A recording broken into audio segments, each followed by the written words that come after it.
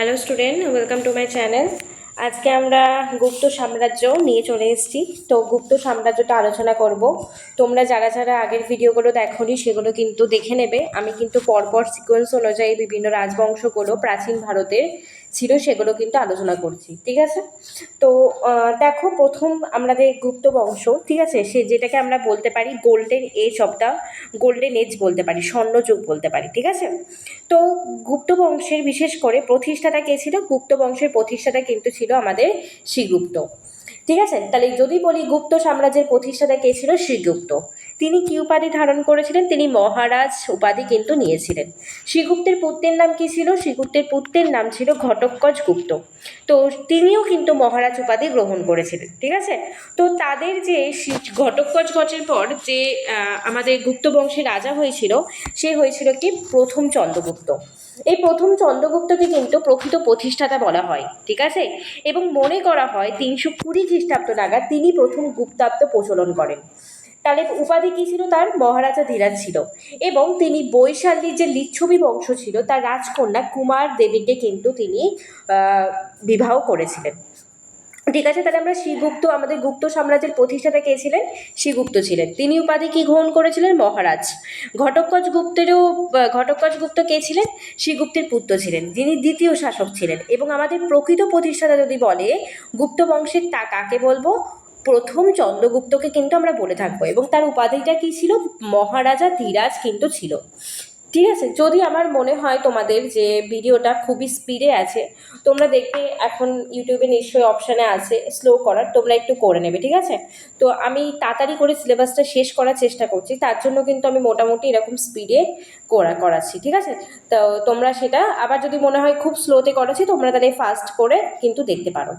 তো তাহলে আমাদের গুপ্তাব্দ কে চালু করেছিলেন? প্রথম চন্দ্রগুপ্ত কিন্তু চালু করলেন। এবারে আমরা দেখব সমুদ্রগুপ্ত। এই সমুদ্রগুপ্ত ছিলেন কিন্তু আমাদের গুপ্ত বংশের শ্রেষ্ঠ শাসক, ঠিক আছে? তার উপাধিটা কি ছিল? ভারতের নেপোলিয়ান কিন্তু তাকে বলা হতো। এবং তার অনেকগুলো কিন্তু উপাধি ছিল। এবং ভিনসেন্ট স্মিথ তাকে কিন্তু ভারতের নেপোলিয়ান বলেছিলেন। এখান থেকে কিন্তু প্রশ্নটা চলে আসে, ঠিক আছে? এবং প্রাচীন ভারতের সুবর্ণ যুগের অগ্রদূত বলে কিন্তু অভিহিত করেছিলেন। তাহলে প্রাচীন ভারতের সুবর্ণ যুগের অগ্রদূতও কিন্তু আমাদের এই সমুদ্রগুপ্তকে বলা হতো, ঠিক আছে?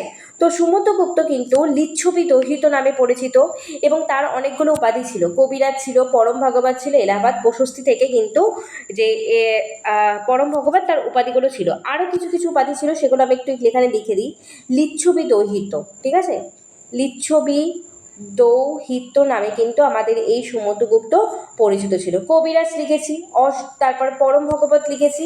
আরেকটা ছিল সর্বরাজ পরাক্রমাঙ্ক, ঠিক আছে? এটা তোমরা মনে রাখবে, এটা ইম্পর্টেন্ট। পরাক্রমাঙ্ক, এটাও কিন্তু সমুদ্রগুপ্তের উপাধি ছিল। এতগুলো কিন্তু উপাধি ছিল। আরও কিছু উপাধি ছিল, সেগুলো আমি লিখি সমুদ্রগুপ্তের উপাধিগুলো, ঠিক আছে? সবগুলো এখানে মেনশন করা হয়নি। অপ্রতিরথ, অপ্রতিরথ, এটাও কিন্তু সমুদ্রগুপ্তের গুরুত্বপূর্ণ উপাধি ছিল। সমুদ্রগুপ্তের সময় তার সভাকবি ছিলেন হচ্ছে হরিসেন। তো এলাহাবাদ প্রশস্তি বা প্রয়োগ প্রশস্তি থেকে তার বিজয় গাথা জানা যায়, যা তার সভাকবি হরিসেন কিন্তু রচনা করেন। তো ভারতের নেপোলিয়ান আমরা একটু আগেই দেখলাম, ভিনসেন্ট মিন, তাকে কি ভারতের নেপোলিয়ান বলেছিলেন, ঠিক আছে? দিগ্বিজয় নীতি মনে করা হতো, আমি একটু বলি এখানে, গ্রহণ ও পরিমোক্ষ নীতি। কি গ্রহণ ও পরিমোক্ষ নীতি কিন্তু গ্রহণ করেছিলেন এই সমুদ্রগুপ্ত, ঠিক আছে? এবং দিগ্বিজয় নীতি কেন বলছি? তিনি উত্তর ভারত এবং দক্ষিণ ভারতে দুটো রাজার সাথেই যুদ্ধ করেছিলেন। কিন্তু উত্তর ভারতের 9 জন রাজাকে সম্পূর্ণরূপে ধ্বংস করেন, কিন্তু দক্ষিণ ভারতের 12 জন রাজাকে পরাজিত করলেন। কিন্তু তাও কিন্তু তাদের কিছু করলেন না, তাদের রাজ্যটা ফিরিয়ে দিলেন এবং তাদের থেকে কি করলেন? কর আদায় করলেন। তো এই নীতিটা কিন্তু গ্রহণ এবং পরিমোক্ষ নীতি নামে পরিচিত, ঠিক আছে? তাহলে যদি বলে দাক্ষিণাত্যের রাজাদেরকে কাছ থেকে, রাজাদের কাছে কিন্তু পরাজিত হয়েও সমুদ্রগুপ্তের কাছে তারা কিন্তু কিছু দখল করেনি সমুদ্রগুপ্ত, শুধুমাত্র তাদের থেকে কর আদায় করত। আর উত্তর ভারতের কিন্তু সমস্ত রাজাকে কিন্তু তিনি ধ্বংস করেন, ঠিক আছে? তার মুদ্রাগুলিতে তাকে বীণা বাজানো, তো খুব প্রশ্ন এখানে দেয়, বীণা বাজাতেন কোন আমাদের কোন সম্রাট? এই সমুদ্রগুপ্ত কিন্তু খুব সঙ্গীত প্রেমী ছিলেন, বীণা বাজাতেন তিনি, ঠিক আছে? তো আমাদের সমুদ্রগুপ্ত সম্পর্কে কিন্তু দেখে নিলেন। এবারে আমরা চলে যাব সমুদ্রগুপ্তের যে পরবর্তী রাজা, সেটা ছিল রামগুপ্ত। তিনি শক রাজাদের কাছে পরাজিত হলেন এবং নিজের স্ত্রী ধ্রুবদেবীকে সমর্পণ করতে রাজি হয়েছিলেন। কার কাছে সমর্পণ করেছিলেন? দ্বিতীয় চন্দ্রগুপ্ত। ঠিক আছে, দ্বিতীয় চন্দ্রগুপ্ত শক রাজাকে কিন্তু হত্যা করেছিলেন। তিনি আবার ধ্রুবদেবীকে বিবাহ করেন, মানে তার ভাইয়ের স্ত্রীকে বিবাহ করলেন। এটা আমরা জানতে পারি দেবী চন্দ্রগুপ্তম, বিশাখ দত্তের যে দেবী চন্দ্রগুপ্তম, সেখান থেকে কিন্তু আমরা জানতে পারি এই ঘটনাটা। এবারে চলে যাবো আমাদের গুপ্ত বংশে। দেখো পরবর্তী যে রাজা ছিল দ্বিতীয় চন্দ্রগুপ্ত। তো দ্বিতীয় চন্দ্রগুপ্ত সম্পর্কে কিন্তু খুব ভেরি ভেরি ইম্পর্টেন্ট। তো আর উপাধিটা কি ছিল? বিক্রমাদিত্য, এবং তাকে কিন্তু সকারই বলা হতো। এই প্রশ্নটা, তার উপাধি কি কি ছিল? বিক্রমাদিত্য ছিল, সকারী ছিল এবং পরম ভাগবত ছিল। ঠিক আছে, আরেকটা কি? সাহসাঙ্ক ছিল। এই উপাধিগুলি কিন্তু কার কাছে কার ছিল? দ্বিতীয় চন্দ্রগুপ্তের। তিনি পশ্চিম ভারতের শেষ যে শক রাজাটা ছিল তৃতীয় রুদ্র সিংহকে কিন্তু পরাজিত করলেন এবং ভারতীয় শকদের শাসনের অবসান ঘটান, এবং এটা কিন্তু এই উপলক্ষে তিনি রৌপ্য মুদ্রাও কিন্তু জারি করেছিলেন এবং তার সভাতেই কিন্তু নবরত্ন উপস্থিত ছিল। আমরা সেটা দেখবো। তার রাজত্বকালে একজন চীনা পর্যটক এসেছিলেন, তার নাম কি? ফাইয়েন। Very very important. ফাইয়েনের ভারত ভ্রমণ সংক্রান্ত বইটার নাম কি? ফো কুয়োকি। তিনি তার প্রথম রাজধানী পাটলিপুত্র এবং দ্বিতীয় রাজধানীটা জানো কোথায় স্থাপন করলেন? উজ্জয়িনীতে কিন্তু স্থাপন করলেন। ঠিক আছে, তো আমরা এবারে দেখব দ্বিতীয় চন্দ্রগুপ্তের সবাই কয়েকজন নবরত্ন ছিলেন। কারা কারা ছিল? নবরত্ন নামগুলো কিন্তু অবশ্যই মনে রাখতে হবে। প্রথম ছিল, দেখো কি ছিল? কালিদাস ছিল। ঠিক আছে, শ্রেষ্ঠ কবি এবং নাট্যকার, তাকে ভারতের শেক্সপিয়ার বলা হতো। কাকে? কালিদাসকে। সেকেন্ড যে ছিল সেটা দেখো কে আছে? বরাহমির ছিলেন। তিনি বিখ্যাত জ্যোতির্বিজ্ঞানী এবং গণিতবিদ ছিলেন। তৃতীয় কি ছিল? অমর সিংহ। তিনি ব্যাকরণবিদ ছিলেন এবং অভিধান রচয়িতা ছিলেন। 4 নম্বর ছিল কে? ধন্বন্তরী। ঠিক আছে, সেই সময় বিখ্যাত চিকিৎসক ছিলেন। শঙ্কুটা কি ছিলেন? স্থপতিবিদ ছিলেন। খপনক, তিনি কি ছিলেন? জ্যোতিষী ছিলেন। তাহলে আমরা 6টা দেখে নিলাম অলরেডি।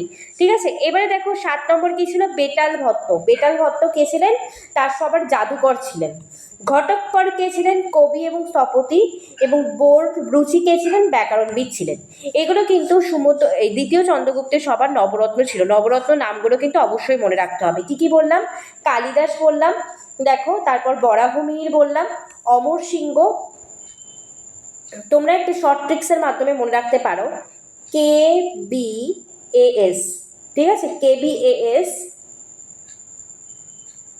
KHBG। ঠিক আছে, এরকম ছোট ছোট ট্রিক্সের মাধ্যমে কিন্তু তোমরা নামগুলো মনে রাখবে। ঠিক আছে, এবারে আমরা চলে যাব আমাদের যে পরবর্তী রাজা ছিল প্রথম কুমারগুপ্ত। তার সময়টাকে আমরা বলতে পারি শান্ত এবং সমৃদ্ধের যুগ। তিনি মহেন্দ্রাদিত্য পরম ভগবত উপাধি গ্রহণ করেছিলেন এবং তিনিই কিন্তু নালন্দা বিশ্ববিদ্যালয় প্রতিষ্ঠা করেন, যা কিন্তু একটা প্রাচীন ভারতের শিক্ষার প্রধান কেন্দ্র কিন্তু হয়ে গিয়েছিল। Very very important question. Nalanda বিশ্ববিদ্যালয় কে স্থাপন করেন? প্রথম কুমারগুপ্ত, আমাদের গুপ্ত বংশের কিন্তু একজন সম্রাট। তিনি কার্তিকের উপাসক ছিলেন এবং তার মুদ্রায় কিন্তু ময়ূরের ছবি আঁকত। তার রাজত্বের শেষ ভাগে পুষ্যমিত উপজাতির বিদ্রোহ কিন্তু দেখা যায় এই সময়, এটা মনে রাখবে। এবারে আমরা চলে যাই স্কন্দগুপ্ত। ঠিক আছে, স্কন্দগুপ্তকে বলতে পারো তোমরা বিক্রমাদিত্য উপাধি গ্রহণ করেছিলেন এবং তিনি যে হুন আক্রমণ ছিল সেই হুন আক্রমণটা কিন্তু প্রতিহত করে সাম্রাজ্যকে রক্ষা করেন। জুনাগড় শিলালিপি থেকে তার শাসনকাল সম্পর্কে আমরা কিন্তু জানতে পারি, তাই না? আমরা পড়েছিলাম না রুদ্রদামানের সময় শক শাসন, এবং তিনি কিন্তু শেষ শক্তিশালী গুপ্ত শাসক ছিলেন।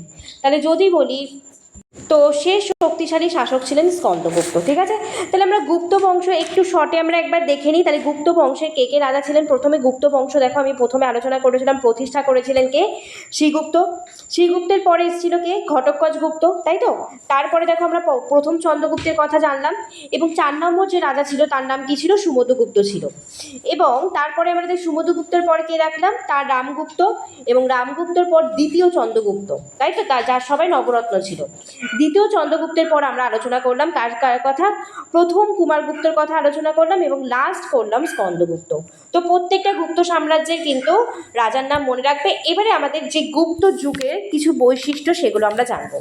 গুপ্ত যুগের স্বর্ণযুগ, কিন্তু আমরা জানি গুপ্ত যুগকে স্বর্ণযুগ বলা হয়। কেন বলে থাকে এটা আমাদের এবারে জানতে হবে। ইদানিংকালে আমাদের যে প্রশ্ন আসছে সেই অনুযায়ী কিন্তু আমাদের স্টাডিটা করতে হবে, তাই না?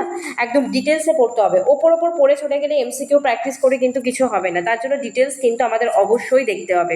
তোমরা এবারে যারা 2026 সালে WBCS দিয়েছো তারা কিন্তু তোমরা প্রশ্নপত্রের মানটা দেখেছো কেমন এসছে, তাই না? তো সেই অনুযায়ী কিন্তু আমাদের পড়তে হবে। দেখো এবারে কি আছে? গুপ্ত যুগের স্বর্ণযুগ, সাহিত্য এবং ভাষা। তো সংস্কৃত সাহিত্য উন্নতির শিখরে পৌঁছায় কিন্তু এই সময়। এটি ছিল সরকারি এবং সাহিত্যিক ভাষা। কালিদাসকে কি বলা হতো? ভারতের শেক্সপিয়ার বলা হতো, এবং তার বিখ্যাত রচনাগুলির মধ্যে ছিল কি? অভিজ্ঞান শকুন্তলম, মেঘদূতম, কুমার সম্ভবম এবং রঘুবংশ। বিশাখ দত্ত কি লিখেছিলেন? মুদ্রা রাক্ষস এবং দেবী চন্দ্রগুপ্ত। আমি একটু আগে বললাম না, দেবী চন্দ্রগুপ্তম থেকে আমরা একজনের রাজার কথা জানতে পাইছিলাম, তো সেটা। শূদ্রক মিচ্ছঘটিকম লিখেছিলেন। ঠিক আছে, এবারে আমরা চলে যাব পঞ্চতন্ত্র কে লিখেছিলেন? বিষ্ণু শর্মা। 4টে নাম 5টা বললাম, প্রত্যেকটাই পরীক্ষায় কিন্তু কোনো না কোনো এক্সামে এসছে। এবারে চলে যাব গুপ্ত যুগের বিজ্ঞান চর্চাটা কে ছিলেন, বিজ্ঞান এবং প্রযুক্তিবিদ্যা কেমন ছিল। আর্যভট্টের নাম তোমরা অবশ্যই শুনেছ, তো তিনি কে ছিলেন? বিখ্যাত গণিতবিদ এবং জ্যোতির্বিদ ছিলেন। আর্যভট্টীয় গ্রন্থটি তিনি রচনা করলেন, এবং তিনিই প্রথম বলেন যে পৃথিবী নিজের অক্ষের ওপর ঘোরে। ধরো এটা পৃথিবী, তো পৃথিবী কিন্তু নিজের অক্ষের ওপর ঘুরছে, তিনিই কিন্তু প্রথম আলোচনা করলেন। জিরো, আমাদের যে দশমিক, ঠিক আছে, দশমিকের যে পদ্ধতি তিনি কিন্তু চালু করেছিলেন। কে করেছিলেন? আর্যভট্ট। ঠিক আছে, এছাড়া কে ছিলেন? আমাদের গুপ্ত যুগে বরাহমিহিরও ছিলেন, তিনি বৃহৎ সংহিতা রচনা করেছিলেন। এবং ধন্বন্তরীও ছিলেন, তিনি আয়ুর্বেদ চিকিৎসক ছিলেন। তো এর জন্য কিন্তু আমরা গুপ্ত যুগকে স্বর্ণযুগ বলে থাকি। আরেকটা ইম্পর্টেন্ট এখান থেকে, ভেরি লোহার স্তম্ভ, দিল্লিতে অবস্থিত মেহেরা উলির লৌহস্তম্ভ গুপ্ত যুগের ধাতুবিদ্যার উন্নতির প্রথম প্রমাণ পায়। কারণ এটি কি বলতো, প্রায় 1500 বছরেরও মরচে ধরেনি। ঠিক আছে, তো তাহলে যদি বলি মেহেরুলি লৌহস্তম্ভটা আমরা কোথায় পাই? দিল্লিতে কিন্তু পেয়ে থাকি। এবারে আমরা চলে যাব গুপ্ত যুগে যে শিল্প এবং স্থাপত্য, সেটাও কিন্তু আলোচনা করব।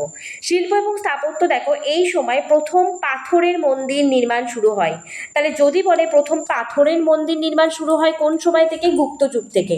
যেমন দেওগড়ের দশাবতার মন্দির, মূর্তি, বুদ্ধ ধরো, শিব ধরো, অন্যান্য দেবদেবীর মূর্তি নির্মাণে একটা বিশেষ শৈলী দেখা যায়। সারনাথের বুদ্ধ মূর্তিটা কিন্তু এর প্রকৃষ্ট একটা উদাহরণ। চিত্রকলা, অজন্তার গুহা চিত্রগুলিতে কিন্তু সেই সময় জীবনযাত্রার ছবি পাওয়া যায়, বা গুহা নম্বর 17 নম্বরে কিন্তু এটা লক্ষ্য করা গেছে। ঠিক আছে, তো প্রশাসনটা কেমন ছিল গুপ্ত যুগে সেটাও আমরা দেখব। তো গুপ্ত যুগের প্রশাসন, ভূমি রাজস্ব কৃষকদের থেকে মোট কিন্তু 1/6 মধ্যে 1 ভাগ আদায় করা হতো। স্বর্ণ মুদ্রা এই সময় প্রচলিত ছিল, গুপ্ত যুগে সেই স্বর্ণ মুদ্রাটা প্রচলিত ছিল, তার নাম ছিল দিনার। এর মান এবং সংখ্যা কিন্তু অর্থনৈতিক সমৃদ্ধ। শাসন ব্যবস্থা, রাজাকে শাসন কার্য সাহায্য করার জন্য কিন্তু কুমারামাত্য নামে একজন উচ্চপদস্থ আমলারা থাকতেন। তাহলে রাজাকে যারা সাহায্য করতেন তাদের নামটা কি ছিল? কুমারামাত্য। প্রদেশগুলিকে ভুক্তি, জেলাগুলিকে বিষয় বলা হতো। রাজারা মূলত বৈষ্ণব ধর্মাবলম্বী ছিলেন এবং পরম ভগবত কিন্তু উপাধি গ্রহণ করতেন সেই সময়কার রাজা। আরেকটা জিনিস তোমরা মনে রাখবে, হিরণ্য বলে। ঠিক আছে, কি হিরণ্যটা কি ছিল? নগদ টাকায় দেয়া কর, নগদ দেয়া কর। ঠিক আছে, এটা মাথায় রাখবে। তাহলে আমরা কিন্তু এইগুলো দেখলাম গুপ্ত বংশের, কিন্তু এগুলো সবগুলো কিন্তু ইম্পর্টেন্ট। ঠিক আছে, দেখো এখানে কি বললাম। ভূমি রাজস্বটা ছিল 6-এর মধ্যে 1 ভাগ, স্বর্ণ মুদ্রা দিনার, শাসন ব্যবস্থা কুমারামাত্য পরিচালনা করতেন, এই প্রদেশগুলিকে ভুক্তি, জেলাগুলিকে বিষয় বলা হতো। ধর্ম ছিল, তারা কেমন ধর্মের ছিলেন? বৈষ্ণব ধর্মাবলম্বী ছিলেন, এবং তারা কিন্তু পরম ভগবত উপাধি ধারণ করতেন। এবারে আমরা কয়েকটা গুরুত্বপূর্ণ অফিসারের তালিকা আলোচনা করব যেগুলো গুপ্ত যুগের ছিল। তো কুমারামাত্য যেটা কি ছিল, দায়িত্বটা কি ছিল কুমারামাত্যের? আমি একটু আগে বললাম, প্রাদেশিক স্তরের সবচেয়ে গুরুত্বপূর্ণ উচ্চপদস্থ রাজকীয় আমলা বা অফিসার। পরবর্তী দেখো কি আছে, মহা শান্তি বিগ্রহ কি? যুদ্ধ এবং শান্তি বিষয়ক মন্ত্রী ছিলেন। মহাবলীধৃত কি ছিলেন? সেনাবাহিনীর প্রধান ছিলেন। ঠিক আছে, সেনাবাহিনীর প্রধান। তারপরে দেখো কি, দণ্ডপাশিক ছিলেন পুলিশ বিভাগের প্রধান। তারপরে দেখো কি, মহাদণ্ডনায়ক, তিনি কে ছিলেন? প্রধান বিচারপতি ছিলেন। তাহলে আজকে আমরা কিন্তু সমস্তটা গুপ্ত সাম্রাজ্যের কিন্তু যারা যারা রাজা ছিলেন সেগুলো কিন্তু আলোচনা করে দিলাম। আমি কিন্তু আবারও বলছি, প্লেলিস্ট কিন্তু আমার করা আছে প্রত্যেকটা চ্যাপ্টার।